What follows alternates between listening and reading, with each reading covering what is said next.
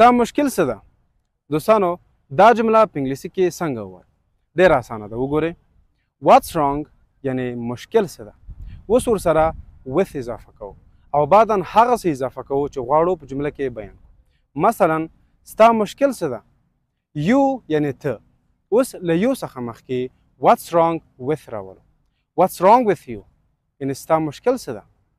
مثلا د هغه مشکل څه ده؟ him یعنی هغه هلک، her یعنی هغه جلی. اوس د هغه مشکل څه ده؟ What's wrong with him یا هم د هغې مشکل څه ده؟ What's wrong with her. مثلا د دې تلیفون مشکل څه ده؟ This phone یعنی دا تلیفون. بیا هم What's wrong with this phone یعنی د دې تلیفون مشکل څه ده؟ اوس دوستانو دا به جمله تاسو تکمیله کړئ او په کومنټ کې راته ولیکئ. د احمد مشکل څه ده؟ او که مو دا قسم ویډیوګانې خوښیږي نو زموږ فالو کول مه هېروئ.